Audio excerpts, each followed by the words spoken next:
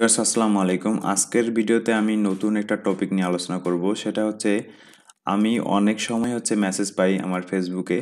তো সেটা হচ্ছে যে অনেক ভাইই বলেন যে ভাই আমি মেকানিক্যাল ইঞ্জিনিয়ারিং, ইলেকট্রিক্যাল ইঞ্জিনিয়ারিং এবং সিভিল ইঞ্জিনিয়ারিং আমি বিএসসি কমপ্লিট করছি। অনেক ভাই বলেন যে আমি ডিপ্লোমা কমপ্লিট করছি। তো তারা অনেক সময় জব খুঁজে থাকেন এবং আমাকে বলে থাকেন। তো যেহেতু আমরা চাইনিজ কোম্পানিতে জব খুঁজি বা চাইনিজ কোম্পানিতে জব করতে চাই, তো সেক্ষেত্রে আমাদের যে বিষয়টা জানা প্রয়োজন যে এইসব জব পাওয়ার ক্ষেত্রে আমাদের কি কি রিকোয়ারমেন্ট ফুলফিল করতে হয়। তো আমি আমার ইউটিউব চ্যানেলে শর্ট ভিডিওতে অনেক সময় জবের যে পোস্টগুলো থাকে তো সেগুলো শেয়ার করে থাকি। তো সেখান থেকে আপনাদের আজকে আমি দুই তিনটা শর্ট ভিডিও দেখাবো যে আসলে এই জবগুলো পেতে হলে আমাদের কি কি আমাদের তো একটা জ্ঞান আছে বা স্কিল আছে যে মেকানিক্যাল বা ইলেকট্রিক্যাল বা সিভিলের উপরে। হ্যাঁ, আমাদের ডিপ্লোমা বা বিএসসি ইঞ্জিনিয়ারিং একটা ডিগ্রি আছে বা সার্টিফিকেট আছে। তো এছাড়াও আমাদের যে অভিজ্ঞতাটা প্রয়োজন, হ্যাঁ, অভিজ্ঞতা ছাড়াও এর পাশাপাশি ভাষাগত একটা দক্ষতা প্রয়োজন। যেমন আমি এখানে তিনটা ভিডিও আপনাদের সামনে শো করব। প্রথমত যে ভিডিওটা ওপেন করতেছি। তো এই ভিডিওটাতে দেখেন বলছে যে একজন দোভাষী লাগবে মেকানিক্যাল ডিপার্টমেন্টের জন্য।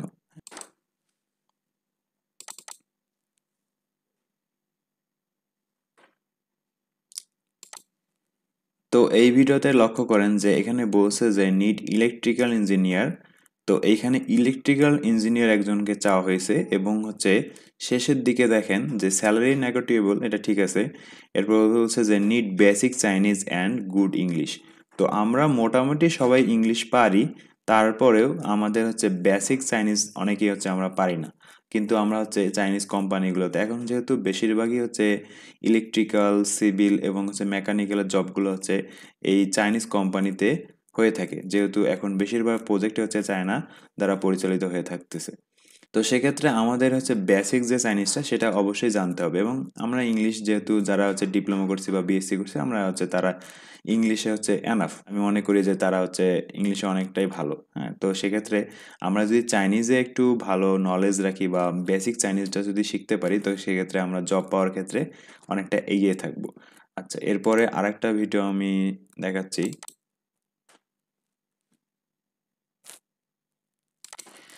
এরপরে এইখানে দেখেন, এখানে দুইজন চাইনিজ ইন্টারপ্রেটার প্রয়োজন এবং মেজর তাদের যে সাবজেক্ট, তাদের চাওয়া হয়েছে যে ইলেকট্রিক্যাল ইঞ্জিনিয়ারিং এবং মেকানিক্যাল ইঞ্জিনিয়ারিং।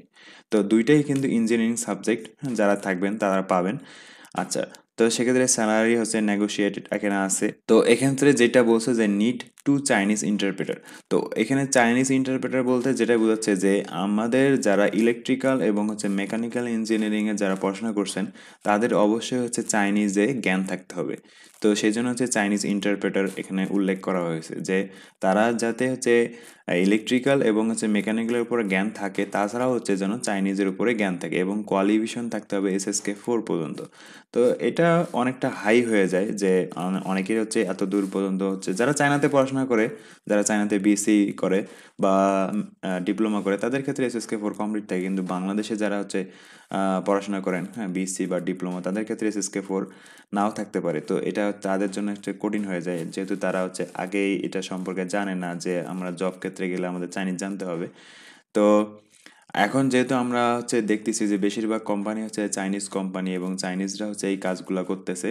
তো সেক্ষেত্রে আমাদের সবারই উচিত চাইনিজটা কিছুটা হলেও জানা, এবং যারা পারবো অন্তত এসএসসি 4 পর্যন্ত আমরা কমপ্লিট করার চেষ্টা করব। এখানে আমি ইলেকট্রিক্যাল ইঞ্জিনিয়ারিং এবং মেকানিক্যাল ইঞ্জিনিয়ারিং দেখালাম।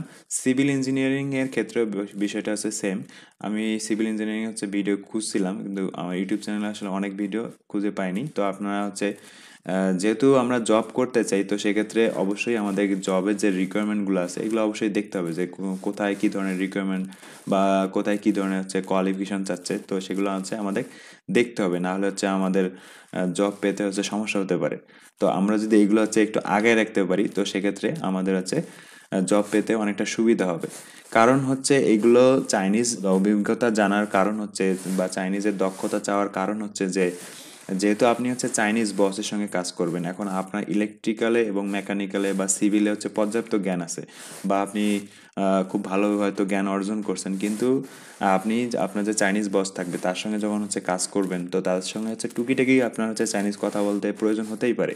কারণ চাইনিজরা যেহেতু বাংলা জানে না এবং ইংরেজিতে হচ্ছে খুব বেশি একটা পারদর্শী নয়, তো সেক্ষেত্রে তাদের সাথে কথা বলার জন্য অবশ্যই আমাদের হচ্ছে চাইনিজটা একটু না হলেও একটু হচ্ছে জানতে হবে। তো আমার হচ্ছে এটাই সাজেশন যে আপনারা একটু হলেও চাইনিজটা শিখবেন, সেটা বেসিক হোক বা হচ্ছে লেভেল 4 পর্যন্ত হোক, আপনারা কমপ্লিট করবেন। তো সেক্ষেত্রে আপনারা যারা আছে চাইনিজ কোম্পানিতে জব করার প্রতি একটা ইন্টারেস্ট থাকে, তো তারা সেক্ষেত্রে হচ্ছে জবটা খুব সহজেই পেতে পারেন।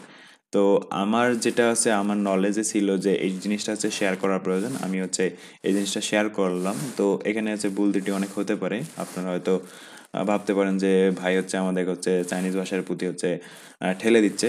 তো সেক্ষেত্রে এটা হচ্ছে আপনাদেরই হচ্ছে সম্পূর্ণ একটা ইচ্ছা, আপনারা হচ্ছে ইচ্ছা হলে শিখতে পারেন, অথবা ইচ্ছা না হলে এটা হচ্ছে কি অ্যাভয়েডও করতে পারেন, কোনো সমস্যা নেই। তো আরেকটা বিষয় যে আমার চ্যানেলটা এখন পর্যন্ত যারা সাবস্ক্রাইব করেনি তারা হচ্ছে দয়া করে একটু সাবস্ক্রাইব করে দিবেন। ভালো থাকবেন সবাই, আল্লাহ হাফেজ।